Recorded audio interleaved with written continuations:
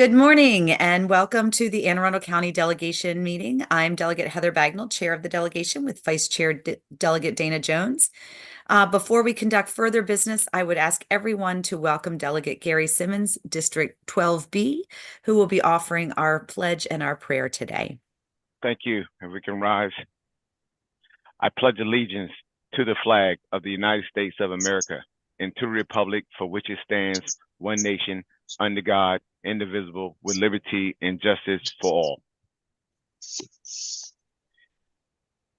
Heavenly Father, we come to you today, Lord, on this glorious day, giving thanks and guidance, Lord. We ask that you continue to move this body in a way that would allow us to advocate and to make sure that we're present and accounted for our constituents, Lord. Continue to uplift us and guide us and direct us, Father God, for there are truly troubled times abroad. Lord, continue to uplift us and build on our faith in each other, our hope in each other. Continue to strengthen our love for each other, Lord. For it's with you all things are possible. In your name, amen. Thank you very much, Delegate. I want to welcome our senators, Senator Don Guile from District 33, Senator Pam Beidel from District 32, Senator Brian Simonaire from District 31, Senator Sarah Elfreth from District 30, Senator Jim Rosapet from District 21, and Senator Clarence Lamb from District 12. We also want to welcome our guests, the Anne Arundel County chapter of the AARP, Espo from the Maryland Retired Teachers Association, Hannah Dyer and Ethan Hunt from County Executive Stuart Pittman's office, and Jessica Cook from the office of Senator Cardin, Jessica Clayton from the office of Senator Van Hollen, Bridget Smith from the office of Congressman John Sarbanes, and Alderwoman Rhonda Pindell Charles from Ward 3 in Annapolis. I also want to recognize our council, Matt Carpenter, and my Chief of Staff, Rory Nolan, and Josh Paper, Chief of Staff to Vice Chair Jones, who are providing technical support for the meeting. As a reminder, all delegation meetings will be on Zoom due to space constraints, and all presentations will be limited to 5 minutes. We have 4 Senate bills today and 1 House bill, which was amended in the Senate. So we're going to start with the vote on House Bill 541, Student Loan Assistance Repayment Program for Educators Established. Now, the Senate added an amendment, which was in your packet, which creates a definition of educator for the purposes of the program to include a classroom teacher, an education support professional, an education-related service provider, and a specialist eligible for certification from the State Department of Education, and it adds technical changes. If we want to conform to the Senate bill, we will need to reconsider House Bill 541 to add the amendment. So can I have a motion to reconsider? Motion to reconsider. Second. All right, so Second. It's been moved and seconded. I did confirm with council that as we're not voting the bill right now, we're voting on the motion. We can do it by a voice vote. So all in favor to reconsider House Bill 541, say aye. Aye. Aye. Anyone opposed, go ahead and raise your hand in the chat. All right, so we are unanimous on reconsidering House Bill 541. Delegate Henson, is there anything you wanted to add from what I said in terms of what the amendment does? No, Madam Chair, I wanted to thank Senator Guile for her hard work on this bill, and you explained it perfectly. Thank you. All right, and Delegate, would you like to make a motion on the amendment? Move the bill as amended. Let me just confirm with council. Do we need to vote the amendment first and then move the bill, or? That's correct. Yes, the amendment first and then the bill as amended. All right, Delegate Henson, if you want to move the amendment. Move the amendment. Do I have a second? Second. All right, it's been moved and seconded. And I believe we do need to do a roll call on the amendment. We do have quorum for the record. So Mr. Secretary, if you will call the roll on the amendment. This vote's for the amendment for House Bill 541, Anne Arundel County Student Loan Assistance Repayment Program for Educators established. Vice Chair Jones. Aye. Delegate Barnes. Delegate Bartlett. Yes. Delegate Chang. Yes. Delegate Chisholm is excused. Delegate Henson. Yes. Delegate Howard. Delegate Kipke, Yes. Delegate Lehman, Yes. Delegate Munoz, Delegate Pena Melnick, Yes. Delegate Pruski, Aye. Delegate Rogers, Yes. Delegate Smith, Yes. Delegate Simmons, Yes. Chairwoman Bagnell. Yes. By a vote of 13-0 with 2 absent and 1 excused, the amendment passes. And if I can have a motion on the bill as amended. Move the So bill. moved. Second. All right, it's been moved and seconded. Mr. Secretary, if you will call the roll. This vote is for House Bill 541 as amended, and Arundel County Student Loan Assistance Repayment Program for Educators established. Vice Chair Jones, Aye. Delegate Barnes, Delegate Bartlett, Yes. Delegate Chang, Yes. Delegate Chisholm is excused, Delegate Henson, Yes. Delegate Howard, Delegate Kipke, Yes. Delegate Lehman, Yes. Delegate Munoz, Delegate Pena Melnick, Yes. Delegate Pruski, Aye. Delegate Rogers, Yes. Delegate Smith, Yes. Delegate Simmons, Yes. Delegate Chairwoman Bagnell. Yes. By a vote, and this number is for the amendment previously as well, is 12-0 with 3 absent and 1 excused, and the motion passes. My apology. Thank you very much. I see that Delegate Howard has just entered the meeting. For the record, Delegate Howard did, I know you weren't here to hear, we were voting on the amendment from the Senate on House Bill 541, which is the tuition repayment program for teachers. It added a definition for educator to include classroom teacher, education support professional, education related service provider, and a specialist eligible for certification from the State Department of Education and technical changes. So that's what we have been voting on. Okay, thank you. You're welcome. So the motion carries. We will get letters to the relevant committees. Thank you, Delegate Henson, and thank you, Senator Guile, for your good work on that. And we are going to go ahead and turn to our hearings today. We have bill hearings on Senate Bills 655, 742, 1046, 1047, which are all the alcohol bills which came over from the Senate and were in your packet. Following this meeting, the Alcohol Subcommittee will meet to discuss the bills. And so I want to welcome Senator Guile. If you would like to introduce the first bill and your panel, and then we'll open it up for questions if there are questions on these bills. Thank you. Thank you. Thank you, Madam Chair. Good morning, everyone. So these liquor bills, and I apologize, I would have normally wanted to have gotten cross files on these. You know, we had obviously a transition from Senator Bidle taking over chairing the Finance Committee, and then me taking over chairing our delegation in the Senate. So we would have normally have gotten these over to you, so that way we wouldn't have these now crossing over. So I apologize in advance. But we worked with Wayne Harris. He's on the call with us this morning, the chair of the Liquor Board. On these bills, he brought them to us, and I will go through them each one by one, and then give Mr. Harris an opportunity to explain a little bit more. The first, Senate Bill 655, would increase the work week to 10 hours per week for the deputy chief inspector employed by the board, and similarly increases the annual salary of the part-time role from $9,000 to $18,000. And Wayne can tell you, or Mr. Harris can tell you a little bit more about the need for that. Hey, thank you, Senator Gall. Good morning, Chair, Vice Chair, and delegates. This particular bill, all of our inspectors, with the exception of our chief inspector, are part-time. They're obligated to give us 5 hours a week, and they're salaried between $7,000 and $9,000.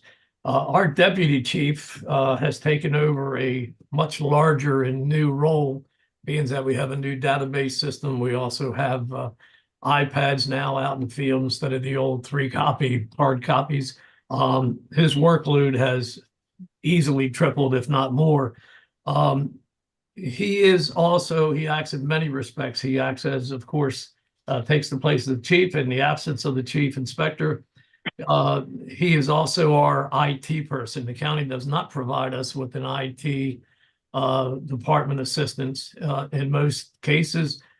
So he is trained in the IT field, and our deputy chief now takes care of all the field training with the iPads, and along with the chief, anything that is relevant to the coordination and training and, of course, supervision of our inspectors. And it's almost impossible to do any of this to any extent with just 5 hours a week. So we are asking to double that. And we're also asking to double his salary for compensated time from $9,000 to $18,000. We checked with a lot of the counties, and in doing so, we found out that a lot of them have full-time employees, deputy chiefs. We don't. All of our inspectors, like I said, are part-time, with the exception of our chief inspector, who is full-time. Some of the liquor boards do use police department personnel and all for that, but we do not.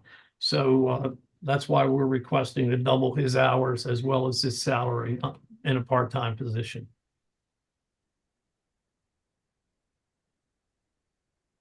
Are there any questions, Madam Chair? I was going to say, let me see if there are any questions from the members. And this one seems pretty straightforward. I'd see a hand from Delegate Rogers. So, yeah, I have a question. So will this position be competed through a merit process, since it will increase the salary and essentially be a new position, adding in the additional duties? The best way for me to answer that is the fact that this is a part-time position, and like I say, along with the other inspectors, and we cannot give raises, of course, without approval from legislature, and that's why we've introduced this bill. Not sure if that answered your question, Delegate Rogers, but I'm more happy to expand. Please expand, because it really didn't answer the question, Mr. Harris. And I know there was some concern when the full-time position came available a couple of years ago, that I got a lot of blowback from constituents that it really wasn't advertised, that it was just sort of a done deal, and people didn't have a chance to compete for the position, even though the salary went up exponentially. And so I just want to make sure that the process is transparent, fair, open. And if we're going to add another position or take an existing position and add additional responsibilities and duties to that position, that, I just want to know whether or not it'll be competed and people have an opportunity. Perhaps some of the existing inspectors may want an opportunity to have, a shot at that position with the added pay and responsibilities. If I could, Delegate, I mean, there is somebody already. This isn't adding a position. This is increasing the hours of, because we already have Mr. Harris. There's already a deputy inspector right now currently. This would just increase the hours for that individual. Certainly, I think if there was a vacancy, we could ensure that, like you said, Delegate, that this is, and I'm sure you could work with Mr. Harris to ensure that there's, transparency in the process, and that this is announced and open position. I mean, this is obviously a salary. We're talking $18,000 a year as a part-time position. So, but still, nevertheless, we would want to make sure that it's competed for. So, so Senator, I appreciate the additional information, but from a historical perspective, I remember when the current position, the current chief inspector's position came open, there were some concerns that it really people didn't have a chance to compete for it. And while it is not a new position, technically we are adding additional duties to the position. We are doubling the pay. And so the concern was whether or not there would be the opportunity for folks that might be interested to have a shot at the position. And again, this is just based on a historical perspective, because we went through this several years ago, and also, full transparency as well. Thank you, Delegate Rogers. And if I can just ask a clarifying question, is there a full-time chief inspector position? This is the only chief inspector for Anne Arundel County, is that correct? This is a deputy inspector position. A deputy inspector. Okay, so the position that Delegate Rogers is referring to is a full-time position, but is not in this bill. Is that correct? That's correct. Okay, thank you. Thank you for the clarification. Are there any further questions on this bill? And again, these will be going to Education Subcommittee. All right, seeing none, Senator Guile, if you want to proceed with the next bill. Yeah, and just to clarify, Madam Chair, I think you said Education Subcommittee. I assume you mean alcohol. I do. Thank you for the clarification. Unless there's alcohol being consumed at our schools. No. I want to be on record that that's not this bill. Not education. Thank you for the clarification. Sure. Okay, the next bill is Senate Bill 742. This would increase the fees for specified Class C per diem alcoholic beverage licenses when issued for one-day events with more than 1,000 attendees. I'll let Mr. Harris also speak a little bit about this, but in short, what they've learned is that they just need more resources for these large events with more than 1,000 people, that they need to have staff in order to enforce compliance with the laws. And this would increase from $25 per day for a beer and wine license to $500 per day. Also, it would increase for beer, wine, and liquor from $50 per day to $1,000 per day. There was no opposition to this. We spoke with the licensed beverage people. I mean, it's been put out. There was no pushback on it or opposition. So I'll let Mr. Harris tell a little bit reasons why, and maybe some more information comparison to other counties and what they're doing. So Mr. Harris. Thank you, Senator. Yes, this particular bill, it's Class C. It's for what we refer to as one-day licenses. The only change that is being made here is for approximately 1% of the people who apply for a one-day license. It's a very, very small percentage, of course. The average person, whether they come in for a one-day license, for beer and wine, it's a $25 fee. For beer, wine, and liquor, it's a $50 fee. That's just to handle the administration, the printing of the license, and so forth and so forth. We're asking that there be an increase in the per diem for the large licensees. When we're talking about the Renaissance Festival, we're talking about a lot of the county fairgrounds, places that have thousands and thousands of attendees. They're still paying a $25 fee or a $50 fee like the average person. We are not increasing any fees for, if I may, for the average license, for a one-day license. Only those that have extremely large quantities of 1,000 or more. I can tell you the Renaissance reports that they have up to and around 15,000 people a day during those days that they're open. The county fairgrounds is not paying this licensing fee, by the way. It is those production companies that are using the facilities, and such as Let's Go. We're looking at 5,000 to 8,000 people every day they're there. And these license requests are only paying the $25 or $50 fee.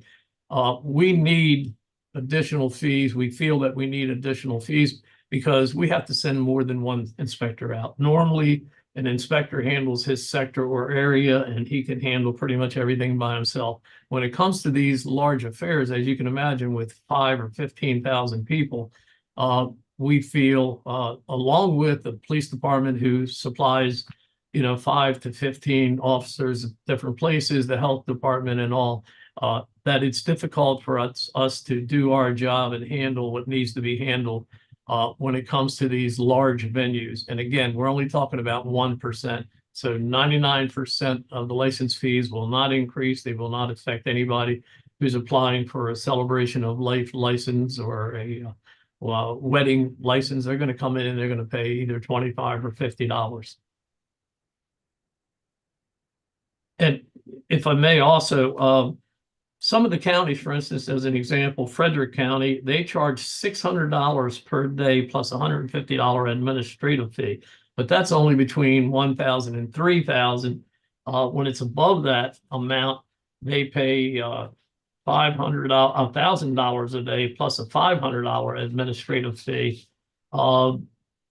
And that's, with us, it's an unlimited amount. If it's over 1,000, whether it's 1,000 or 15,000 or 20,000, it is this fee that we're asking for as far as an increase.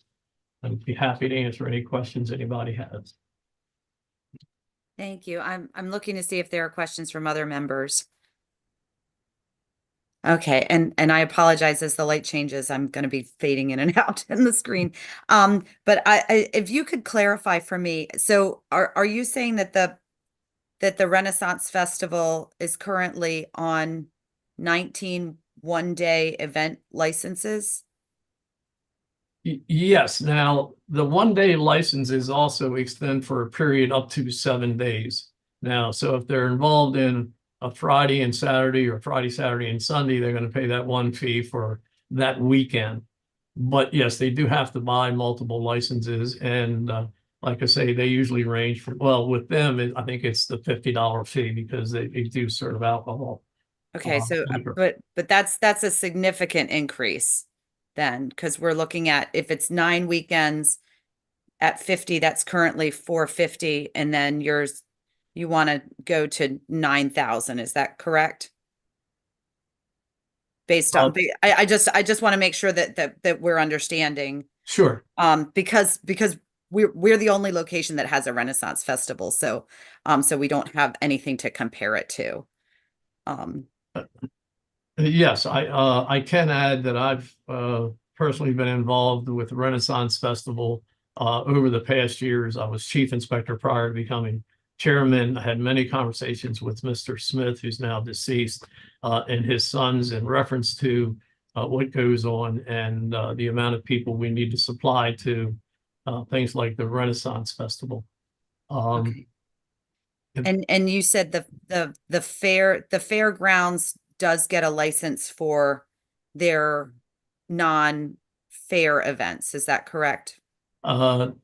No, actually, it's the production company. For instance, with Let's Go, which is a large music venue, they have to apply for and receive the license. They have to go through it, and they're the ones that would be paying the fee. The county fairgrounds do not pay us any fees unless they are going to sponsor something, and that's a rare thing with them. Oh, unless they're sponsoring it. Okay, thank you for the clarification. Any other questions from the members? Delegate Kipke.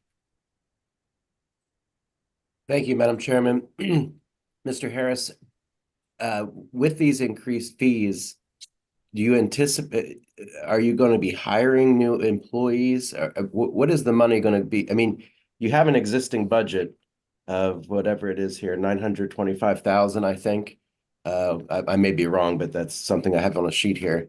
These are substantial increases in fees. So I'm curious, what are you going to use the new revenue for?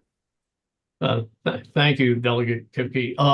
The revenue here, the increased request in the revenue itself will be used to staff these special events. You can imagine the Renaissance Festival, one inspector out there, they're watching approximately 7 to 9 different locations that are selling alcohol.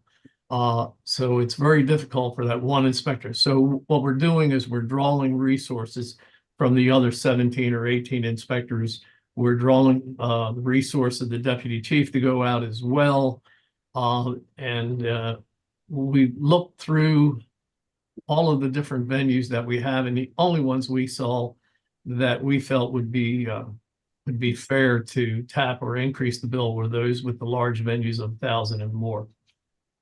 But what are you going to use the new money? Dumb it down for me, because I think you understand how it works perfectly, but I don't. So are you going to do all these inspectors get paid hourly? I don't know how it works. So where is this new money?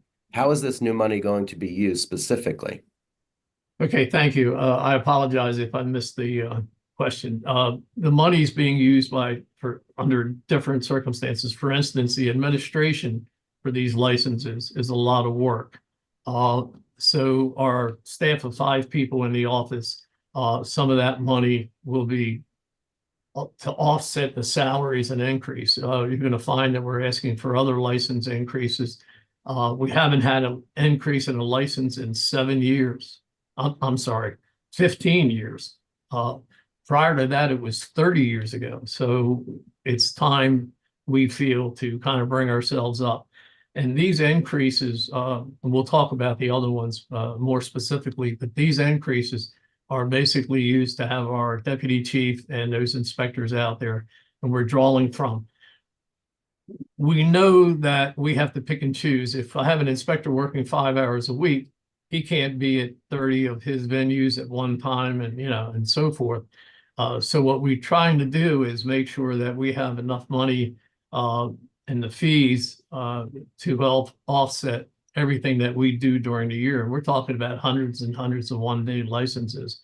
All right. We didn't want to. It's not. No, I need a little bit. Let me rephrase the question. Are you planning to hire new employees? No, we are not. So, so it sounds like this is about then raising salaries. Or how? If I could just jump in real quickly, I don't mean to interrupt or to cut you off.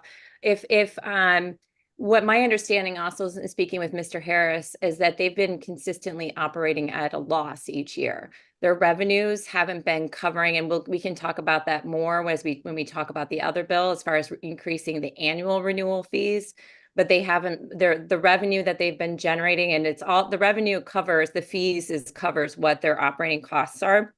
And for example, just now when we're talking about increasing the number of hours of a deputy inspector from 5 hours a week to 10 hours a week. That's a $9,000 increase in salary, from $9,000 a year to $18,000 a year. So that's got to be covered by somehow as well. I don't know if that kind of helps to guide a little bit, and I don't know if Mr. Harris has any additional. It's all one general subject. So what is the operating loss? So I'm trying to get at, respectfully, what is the money going towards? And I'm being told that these things require a lot of work. Well, I understand that, but and you got to cover your costs. So let's talk about, what is the deficit then in the administration of Board of Commissioners? And Delegate Kipke, I'm going to ask, because these are going to go to alcohol subcommittee. We'll get you those answers for the subcommittee. Would that suffice? Sure. Just so that we can hear all the bills today, but we do have your question on record, and we'll go ahead and make sure that we have the answers for the subcommittee. And I saw a couple hands go down. Is that did that answer everyone's questions? All right. No. No. Okay. Let me go to Delegate Howard and then Delegate Rogers. I'll ask it in subcommittee, but no, it didn't answer my question. So, because I'm just as confused as Delegate Kipke. So, okay, thank you.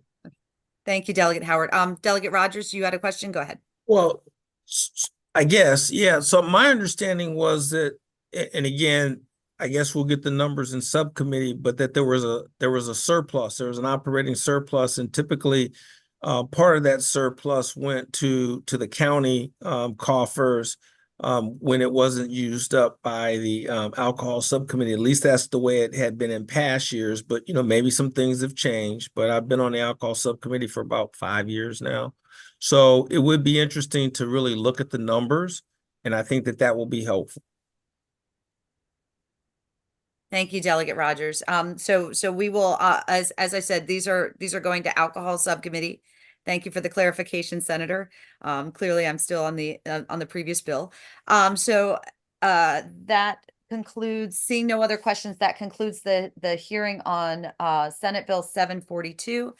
Senator, if you want to present the next bill, thank you. Sure. Senate Bill 1046 would increase the annual fees for licenses and permits by 35%. This would actually put us more in line with other counties. As Mr. Harris had indicated, we haven't increased fees in 15 years or somewhere thereabouts. And I'll have him also provide some more information as far as what the revenue that's been generated and how that affects where their budget is and the need for it. We also discussed this increase with the Licensed Beverage Association. Steve Wise, we'll send that email over to you as well. He responded back and said that there was no objection from his members. And also spoke with some of the other permit holders as well. Didn't receive any objection from them. We held to provide a little bit of background. In the Senate, we held a delegation support until such time that Mr. Harris reached out to them and gave this, because like us all, we don't want to do this increase and then later hear from bars, restaurants, others that this is frustrating and hear anger later. So we wanted to make sure that that was communicated, the potential for this increase, and also for him to make the case of why it's needed. So with that, I'll turn it over to Mr. Harris. Okay, thank you. Thank you again, Senator. I apologize if I'm not getting to answer those questions, but we will. And this particular bill, 1046, is asking for an increase in the licensing fees. Now, if I may, let me explain this. Licensing fees are those annual fees that are paid by the licensed establishments to continue operating for another year. When it was originally written, I noticed that they had also asked for a 35% increase in the bill, excuse me, for permits. That's not what we were after, and we don't want to double dip, if you will, into those fees. So I asked that the permits, anything relevant to a permit, which could be permits for outdoor service, for dancing, for certain music and entertainment licenses, not be increased by 35%. Only those annual license fees for each of the establishment. Again, going back, the last time we asked for an increase was 15 years ago. And then prior to that, it was 30 years ago. Naturally, cost of living for everybody has gone up. And right now, our annual licensing fees bring in around $925,075. And that barely covers the expense of the salaries for the administration, for the inspectors, for our attorney, and so forth. So when I discussed this with several of the senators early in this game, I tried to explain, and one of the senators brought up a good point. They wanted to know if we were going to come back next year or the year after and ask for an increase for salaries for inspectors, which we're not asking for. And I had to answer probably in the affirmative in that case. They suggested what we do is we look at taking maybe a 5-year plan and think about what increases that are going to be necessary and group it into this one, so we don't come back next year, the year after, and probably not ask for an increase, I would imagine, for a minimum of 5 years from now. So we took all that into consideration. And again, we're only right now, our main venue, our main current revenue is coming in at $925,000, and that just covers personnel and expenses. We have furnishings. We have a brand new database, which, by the way, the county told us we had no choice. We had to get one because ours was antiquated and they didn't want ours to interfere with the other county programs. That came at quite a large expense. And we're paying for not only that, but like I say, we went to iPads this year to make things easier and quicker and less confusing. We also have got into working with one of our companies on making things easier for the licensees. And I think that's important that I bring this in now. What we're doing is we're putting this new database, we're doing this new inspection system where we go out and we make sure they have the proper licenses. If not, we tell them what they need to have and so forth and so forth. I think it is important that everybody understands that with this increase, we're looking at the next 5 years. Do we plan on maybe asking for an increase for inspectors in the next couple of years? I'll say probably so. It's been over 7 years since they had an increase. But what I'm trying to do is put the money in place so that when we come to you, I can say, or we can say, you know, we have the resources. We just want to get the permission of the legislature. I passed a chart out, and if anybody didn't get it, I'll be glad to share it with you. We went back and we talked to all 26 of the counties and municipalities, and we found out we were less than, we were around 44–45% of what the average county and or a couple of the municipalities charge. This 35% takes us from about 44% from the bottom of the scale up to about 51%. So it's pretty much a norm, an average all the way across all the counties as well as the two major municipalities. So all we were trying to do is get up to date so that, you know, we can continue to operate. I don't want to come back next year and hopefully that will explain why we're asking for the 35, but it's only going to bring us up at an average, taking all the counties into consideration, to around 51% from the bottom, or if I may, the norm. Thank you very much. And before I call on the members, I just wanted to make sure that I had all of this right, because I know, you know, a lot of us saw a 35% increase, and you know, our hearts kind of went up into our chest a little bit. But we haven't increased in 15 years. We're actually at the bottom currently, and this will put us sort of in the middle. We're looking at potentially investing in technology to make us more efficient, and so we're anticipating costs going forward prospectively. And you had no opposition. You did reach out to these various organizations, and there was no opposition. Is that all correct? It is, to my knowledge, and I'm of course very familiar with this, and it's my understanding from the association as well as some of the licensees that I personally spoke to that they understand that we hadn't had a raise in 15 years, and of course that really puts a strain. And like I say, right now we're barely covering our salaries, and we feel in order to do this, to have this program. By the way, this is the first year where all of our licensees have been able to go online and apply. They don't have to come into the office. Every year prior, we had up to, and not quite, 600 licensees coming in to fill out an application. They would then come back and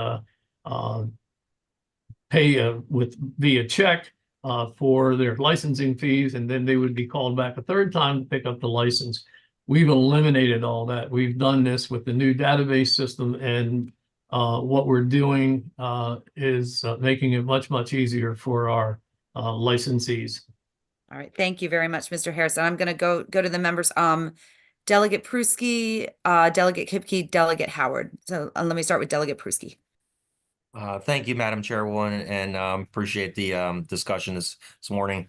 As some people refer to it, I looked on the Google machine in the county's budget for FY24. I haven't been on the council for 2 years, but it looks like the liquor board budget is $1,140,000.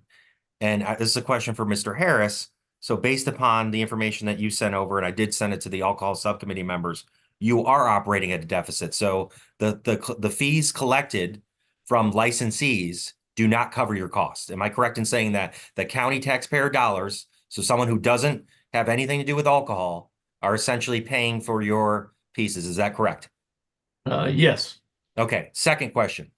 In relationship to other counties, are they do they operate in the same way we do with a deficit, or do they generally keep the fees to pay for the services? Because you would think if you're using alcohol fees to pay for inspection administration, should it be one-to-one? I'm just, again, I don't know what other counties do, but I'm just curious if you have an idea, if you've met with your other folks. Okay, so thank you, Delegate. We talked to quite a few of our fellow counties to try to get a grasp. They were kind enough to provide us with the dollar amounts for their fees and so forth and so forth. That's how we came up with the fact that we're, about 40% from the bottom at an average across the board with all the counties. Some of the counties, some of their fees are extravagant, in my opinion, for certain things, but I'm sure they have a reason behind what they do. And I'm not quite sure what else I need to expound on, but I'll be more than happy. Thank you. That was helpful. Thank you, Delegate Kipke. Thank you, Madam Chair. Thank you, Delegate Prusky. That was what I was trying to learn. I remember in years past, money was being, there was more money coming in and it was being pushed over, I guess, to the county's general fund.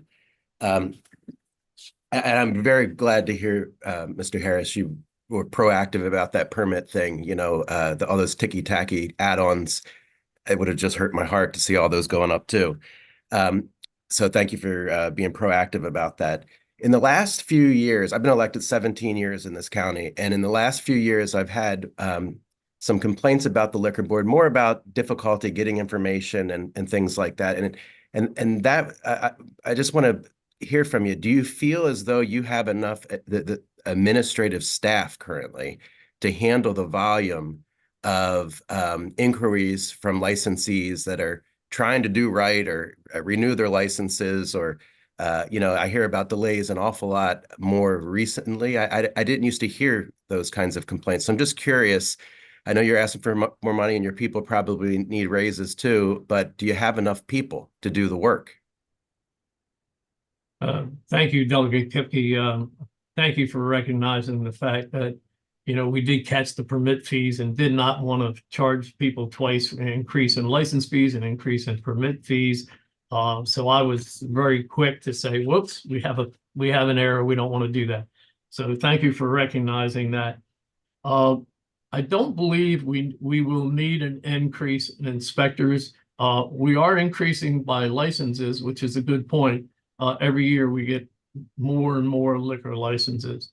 Now we're just below 600 liquor licenses. We're the fourth biggest county in this state as far as the amount of liquor license, the fourth.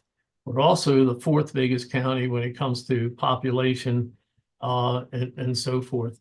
With that being said, we understand that at the rate we're going now, we probably will have an increase in more licenses every year going forward until the county has completed its amount of licenses.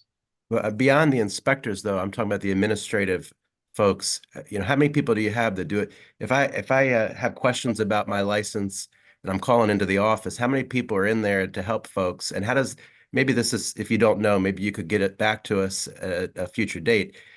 How do we compare in the numbers of individuals there to help the licensees navigate the system and get right with the law?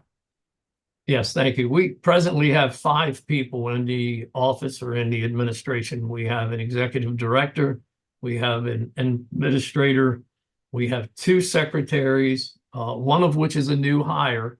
Legislation several years ago gave us a blessing to go ahead and hire someone. We hired that person this year, which has been a big asset. We also have our attorney, and we have a chief inspector who, as said before, he is full-time now. With all of these things being said, along with the increase and what people are asking for. They're asking for more permits attached to their license. There's a lot of work, the paperwork, as you can imagine. A lot of that is being decreased with this database system, and I really believe that just in the last year and a half, we've come a long ways, and hopefully we'll continue. Okay, just one real quick follow-up. Mr. Harris, one of the complaints that I've heard on a regular basis in recent years is a requirement on operators to produce drawings of their facilities. And as you can imagine, no one wants to hire an architect to, if you can't produce those, you don't have them on the shelf somewhere. That's an expensive thing to do. What are the options for operators? Do they have to hire an architect to redraw their building? Or do you allow, something drawn to scale by the operator? Can you just let us know about that? Because it's a repeat complaint that I keep hearing. Sure.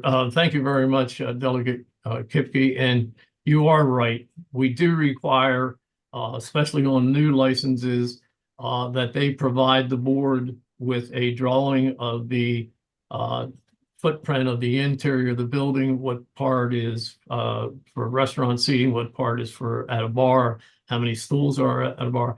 And as far as the use of an architect, it's not necessary. The only thing we explain to them is they must provide us with a drawing, an accurate drawing that shows the dimensions, the use of each room, and they have to have, it has to be to scale. That doesn't mean they have to hire an architect, but they must also make sure that they give us all the dimensions that are necessary for both the board when we're looking at this new license as well as in the future. What, if anything, may have changed since the original application? Unfortunately, we've had a lot of cases, Delegate, where once the person or a licensee gets it, they tend to either forget or unconsciously go about changing things to suit themselves. We need our inspectors to be able to go out, and with this new database, they can literally look on their iPad and see what the original drawing is and compare it to what they just walked into. If they see changes, just recently we've had several licensees who have did build outs without getting permission from the liquor board, which they're required to do, or the proper permits from inspections and permits, planning and zoning, and so forth. So what we're trying to do is just make it really clear, but they can literally pencil this in themselves. The only thing we ask is that they be accurate, they have dimensions, and that they be per scale. Thank you. Thank you, Delegate. Delegate Howard. I'm sorry, did you just say they have to get permission from the liquor board? As far as their, I don't know, I guess, bar setup? So they have to go through planning and zoning and the liquor board now for bar setup, or is this just something that they submit to let you know this is what the establishment's going to look like? Or can you approve and or disapprove, what that establishment setup's going to be? Yeah, we do require that if you're going to make any physical changes to a building that has a liquor license. I'm talking about licensing on the outset. Yes, they must provide us with the information so that the board has a complete understanding. We don't normally go out and visit these places prior to issuing a license, so we'd like to have something in front of us that really shows us what they're asking for. Yeah. But you said you can approve or deny those drawings. It's not really approval or deny, Delegate. It's more you need to give us more than what you're giving us. And the only reason we ask for, if you're a licensee and you hold a liquor license, you should not be changing anything without at least advising the liquor board and getting permission. And I don't remember too many at all that have been turned down unless they didn't provide the adequate dimensions and for us to understand what they want. But I'm lost on permission. Like what I don't understand what kind of permission they need from the liquor board as far as their building setup. I understand like if they say, hey, we're gonna have the bar here on. Delegate Howard, I'm just gonna ask that we take this conversation offline so that we can get out of respect for the time of the delegation and the senator, because we have one more bill, but we will make sure that we connect you with Mr. Harris so that we can get all the answers, and we also have your questions on record because we can also take them back to the education subcommittee. But I want to make sure that we are able to hear all of these bills because we are time sensitive, and we'll get the answers for you related to what the process is in terms of approvals for those drawings. Is that acceptable? We'll make sure that Madam Chair. Madam Chair. I don't Madam understand how Vice we're Chair. time sensitive. We're a pro forma session today, but okay, sure. Alcohol Subcommittee. Did I say it again? Yes. Thank you. And again, Going to I don't subcommittee. understand the time sensitivity because we're pro forma session today, but sure, okay. Thank you, Delegate Howard. And if I may, it's an open invitation for any of the delegates that wish to speak to me personally. If they want, if they feel it's necessary, I'm very happy to be able to try to explain it in more detail. Thank you very much, Mr. Harris. We're going to go to Senate Bill 1047, which is the final bill, so that we can hear from Senator Guile, and we will continue the questions, but I want to make sure that I am being sensitive to the senator's time as well. So Senator Guile. And thank you, Madam Chair. I was just going to add also that we're going to forward to you also. You'll have the email from Mr. Wise in which he indicates that the Anne Arundel County Licensed Beverage Association will not be opposing the increases and understands the basis for them, just so you have that in your records. But moving on to the final bill, Senate Bill 1047. This bill basically fixes some antiquated categories of permits.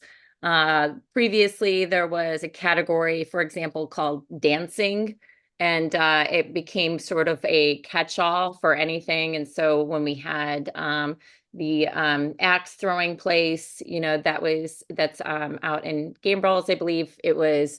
There was no other category to put that in other than dancing. So what this bill does is fixes those categories. So it renames the entertainment permit as a limited entertainment permit, the dancing permit as a full entertainment permit.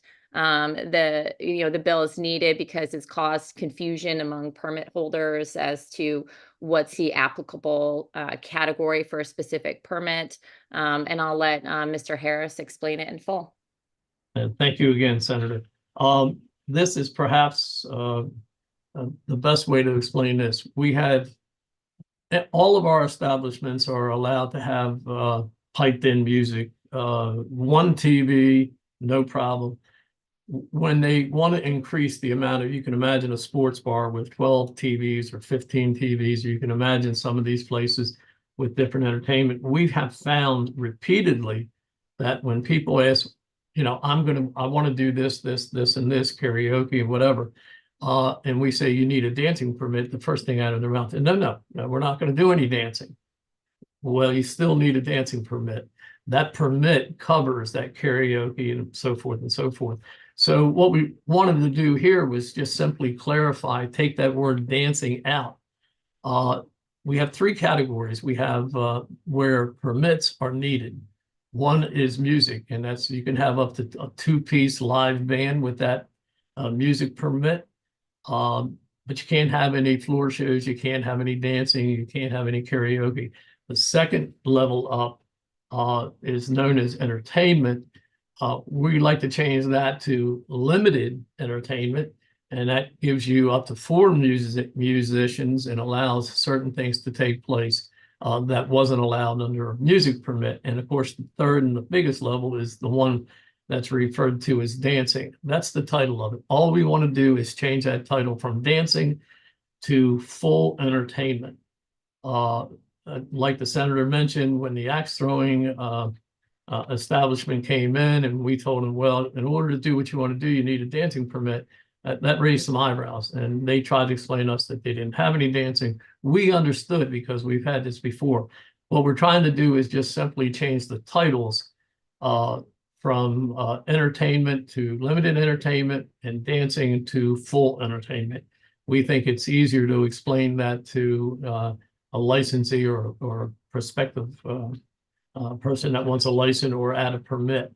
So nothing in the body of these are changing at all. We did add one particular thing in there, and it mentions planning and zoning. We wanted to make sure that everybody who applied for this permit, when they looked at it, they understood that they had to also check with planning and zoning and make sure that it was permitted under the rules and regulations of that. So I guess the best way to put it is this is just simply a title change, nothing in the body changes. It does align the county and the state together as far as the definition goes. Thank you very much. I'm just looking to see if there are questions from the members. I just had a clarifying question because I noticed that there was language added about the board shall receive written approval for the permit from the County Office of Planning and Zoning. That's just codifying best practices. Is that correct? Because these are not like events. These are actual venues. Yes, that's correct. Delegate Bagel. Okay, and thank you. And just one other clarifying question, because I jokingly call this the footloose bill because of all the references to dancing. But the limited entertainment permit, it speaks to not more than 4 musicians. When you're talking about not allowing dancing, that's not like a couple that stands up and starts dancing to the musicians. It's actually like an actual physical dance space. Is that correct? Yes, but let me clarify that a little bit more, if I may. Please do. Yeah. No, we have places that don't have room and they have people getting up dancing and they're bumping into tables and they're causing problems. The people are complaining, I just wanted to sit down and enjoy a meal, and a drink. And here we got people all over dancing the floor. There's no dancing space or a designated area. So if you plan on, and we explain this to people when they apply, if you plan on opening an establishment and you want a dance floor, then we're going to tell you, besides all the prerequisites for the license, you're going to need to meet the requirements for the full entertainment, or what's commonly known now as dancing. And we can clarify to them, but we cannot give them permission to get up and start dancing in an establishment that doesn't have a dancing or full entertainment permit. Okay, thank you. I think the concern was more about venues getting in trouble if somebody gets up and starts dancing. But it sounds like they just have discretion to say, can you please be respectful of the other guests. And if I may, I've been around the liquor board for almost 18 years as an inspector, deputy chief, and a chief. And I don't remember ever violating a person when 1 or 2 people get up and they were just movement or walking to the bar and dancing their way to the bar. That's not what this is about. This is about we have had situations where they literally take their tables and they move them off to the side, and then they actually design their own dance floor without permission or without the proper permit. Thank you. I appreciate the clarification. Are there any other questions from the members on this bill? All right, seeing none, thank you very much, Senator. Thank you, Mr. Harris. These bills will be going to Alcohol Subcommittee. So thank you very much, everyone, for keeping me straight on that this morning. This is the last of our official business today. Organizations wishing to be acknowledged can email our delegation secretary at aacd@mlis.state.md.us. Are there any other announcement from the members? We recognize next week is Good Friday, so stay tuned. We're still figuring out what we're going to do with the agenda. So just stay tuned and watch your email, and we will know as we figure out what work remains for the session, having come over from the Senate. And with that, do I have a motion to adjourn? Move to adjourn. It's been moved to. Do I have a second? All right, it's been moved and seconded. Thank you very much. We are adjourned. Alcohol Subcommittee, you will be meeting. Look at your email for details. And with that, I will see the rest of you Monday. Have a great weekend. Thank you.